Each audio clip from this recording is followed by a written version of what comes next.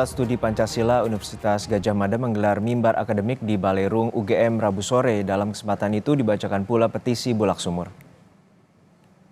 Dalam perpolitikan nasional selama beberapa waktu terakhir di Balerung Universitas Gadjah Mada Yogyakarta Rabu siang, meski tak banyak yang hadir saat petisi para guru besar dibacakan, namun sudah membuat perdebatan tentang isi petisi. Petisi ini adalah petisi pertama para guru besar universitas terkemuka di Indonesia untuk Joko Widodo, Presiden RI 2 periode. Isinya, kritik untuk Jokowi agar tak lagi mengabaikan etika dalam berpolitik. Petisi atau kritik para profesor UGM ini viral di media sosial. Pak Jokowi, alumni UGM, segala macam ya. Nanti juga jadi kemudian kita ingin mengingatkan dengan bahasa cinta, kira-kira gitu. Seperti juga ngomong dengan keluarga, kira-kira mungkin perlu membaca suara rakyat ini, jadi yang namanya denyut nadi suara publik itu apa?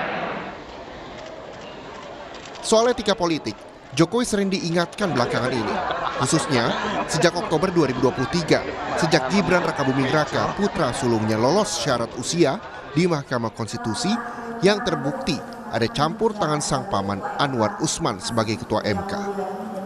Anwar kemudian dicopot jadi ketua MK, digantikan Suhartoyo. Sebelumnya, putusan MK, usia Capres-Cawapres terbatas pada 40 tahun tanpa embel-embel klausul lain di Undang-Undang Nomor 7 Tahun 2017 tentang pemilu. Meski muncul protes di publik, Gibran tetap melaju di pemilihan presiden dengan restu sang ayah Presiden Jokowi. Ya, orang tua itu hanya tugasnya mendoakan dan tapi keputusan semuanya karena sudah dewasa ya. Jangan terlalu mencampuri urusan yang sudah diputuskan anak-anak kita. Orang tua itu hanya mendoakan dan merestui. Maka Prabowo Subianto berpasangan dengan Gibran pun terjadi sebagai kontestan Pilpres nomor urut 2 dengan narasi menang satu putaran pada 14 Februari 2024. Pada 2024, dalam 3 hari, Jokowi mesti memberi pesan bahwa sebagai presiden, dia boleh memihak ke kontestan Pilpres yang dia pilih, bahkan boleh kampanye. Ini kan hak demokrasi, hak politik setiap orang, setiap menteri sama saja. Yang paling penting presiden itu boleh loh kampanye. Presiden itu boleh loh memihak. Ucapan ini yang pertama dilakukan di Pangkalan Udara Halim Perdana Kusuma di samping sang capres Prabowo yang juga Menteri Pertahanan. Tak hanya itu, bersama Jokowi, lengkap para pimpinan TNI termasuk Panglima TNI Jenderal Agus Subianto. Lalu klarifikasi kembali diulang Jokowi soal keberpihakannya di Istana Bogor, Jawa Barat. Jokowi pun tak menggubris kritik dari civil society termasuk ahli tata negara. Jadi kalau kita baca pasal 299 ketiga-tiga ayatnya, jadi jangan hanya satu ayat Presiden dan Wakil Presiden mempunyai hak melaksanakan kampanye, yes. Harus dibaca juga dengan pasal-pasal 300 dan 301. Kemudian kita lihat juga konteksnya, pasal 299 itu memberikan ruang bagi presiden yang nyalon lagi. Jadi Jokowi 2019, SBY 2009, itu bisa menggunakan pasal itu.